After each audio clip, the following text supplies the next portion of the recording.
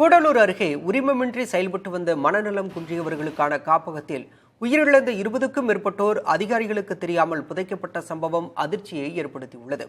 நீலகிரி மாவட்டம் குந்தலாடி பகுதியில் அகஸ்டின் என்பவருக்கு சொந்தமான காப்பகம் செயல்பட்டு வருகிறது. இந்த காப்பகம் உரிமம் இல்லாமல் செயல்பட்டு வந்ததாக ஆட்சியரிடம் புகார் அளிக்கப்பட்டது. அதன்படி வருவாய் கோட்டாட்சியர் செந்தில்குமார் உள்ளிட்ட அதிகாரிகள் நேரில் சென்று ஆய்வு நடத்தினர். அப்போது 25 ஆண்டுகளாக உரிமமின்றி காப்பகம் செயல்பட்டு வந்தது தெரியவந்தது.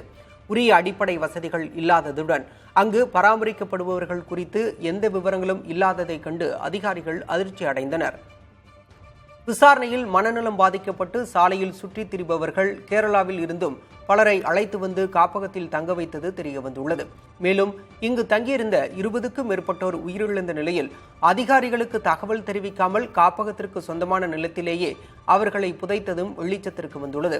இது தொடர்பாக கிராம நிர்வாக அலுவலர் சண்முகம் நிலாக்கோட்டை காவல் நிலையத்தில் புகார் அளித்துள்ளார்.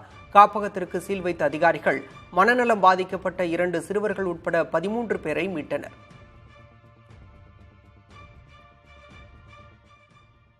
10க்கு 10 இருக்கும்னு நினைக்கிறேன் அந்த இடம். ஸோ அந்த இடத்துல வந்து பார்த்தீங்கன்னா நிறைய பாடிஸ் வந்து அடக்கம் பண்ணியிருக்காங்க.